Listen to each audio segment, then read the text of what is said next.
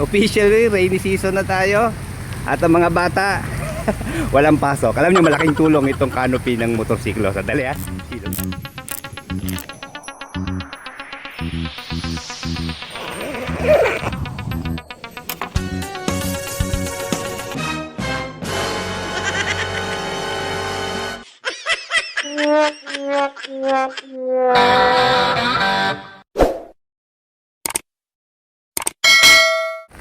Pauwi na uli kami.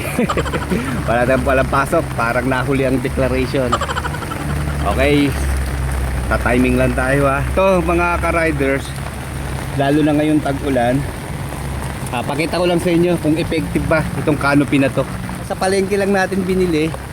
Hindi ito online. Pero marami nito sa online. Siguro mga worth 300 plus pesos ang halaga nito. Bumili na kayo nasa yellow basket. Wala sa yellow basket.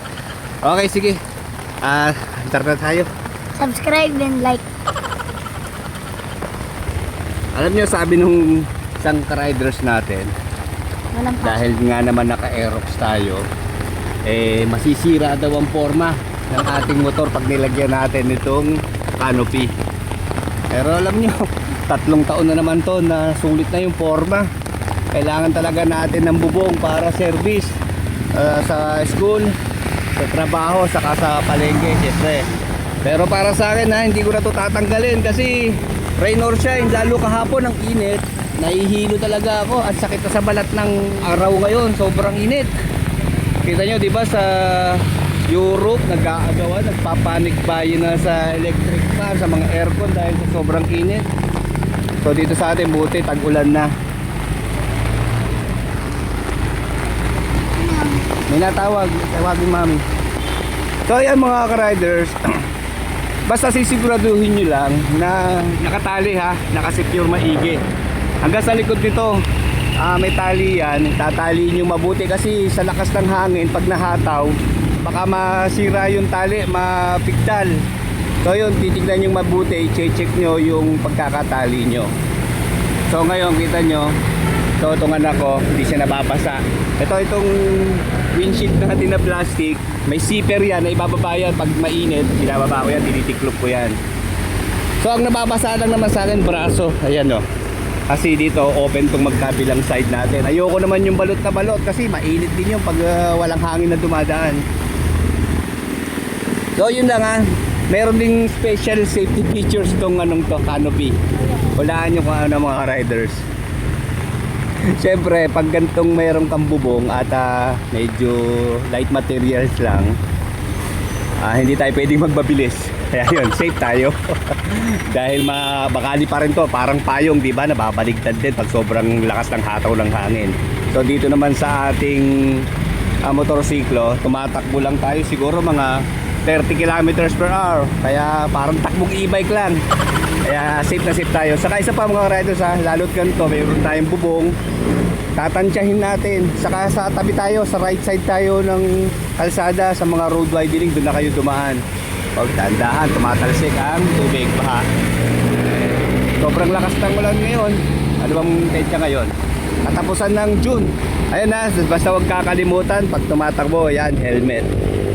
At kung maaari, mag-invest kayo sa helmet ng mga bata, mga ka-riders. Kasi yan, mga walang depensa yan pag tayo ay hindi inaasahang ma-slide o bumara. Yan, yung mga trusted na helmet. Makapal to, tong helmet na to. Maragasa ngayon, di maiwasan mga emergency, baka ambulansya, hindi tayo mapansin, ugaliin natin nasa tabi tayo. Siguro dapat lagyan natin to ng wiper. Yun lang ha. Pero hindi naman siya ganun kasi bumabagsak din naman ng tubig pagka naulanan. Nakita nyo, saglit lang ang ulan, baha na. Pwede nang gumita, wala naman sa likod ng mga e-bike na dumaan sa highway, basta dito lang sa right side. So ganun din tayo mga motor, hindi porket mas mabilis tayo sa e-bike sumasama tayo sa lane ng mga 4 wheels. Lugaliin natin, dito lang tayo sa right side, kahit hindi naman dun sa widening, banda lang dito sa tabi, para in case nga na mayroong rumaragas sa sasakyan, hindi tayo mabibigla o maahagip. Malaking tulong tong bubong na to. Imaginein mo, laking abala pag ikaw ay pag-arkila or sasakay ng tricycle. Lalo't ganyan, biglang walang pasok, babalik ka pa. Kaya tamang-tama sa mga mayroong ihahatid na estudyante, very effective itong gantong bubong ng motorsiklo. May nabibili pa nito yung hard plastic na bubong. Pero sa akin naman, ito okay na rin tong gantong umurahin lang na bubong. Yun lang, naninibago ako. At minsan pag kailangan natin magbabilis, hindi natin magawa. Kasi ano siya eh, medyo yan, umuuga-uga na siya, nadadala ng hangin. Pero okay lang din naman, basta lang, ayusin lang yung pagkakatali. Hindi naman siya madadala. Sige guys, salamat at pasensya na. May mga naka-line up tayo na ibablog na mga motorsiklo. Siguro mamaya or bukas, mag-i-install na tayo ng top box bracket at saka top box maglalagay na rin tayo. Kasi nasulit na naman natin yung forma nitong Aerox version 2 natin. 3 taon na to, sa July 8. Kaya ayos, lalagyan na natin ng mga accessories na kinakailangan. Kasi marami tayong dinadalang helmet eh. Kulang na yung U-box niya.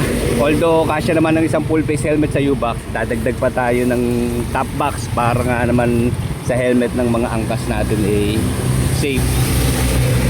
Okay, hanggang dito na lang mga riders at pauwi na. Like, comment, and subscribe sa ating channel. Salamat po. Oops. Ayos.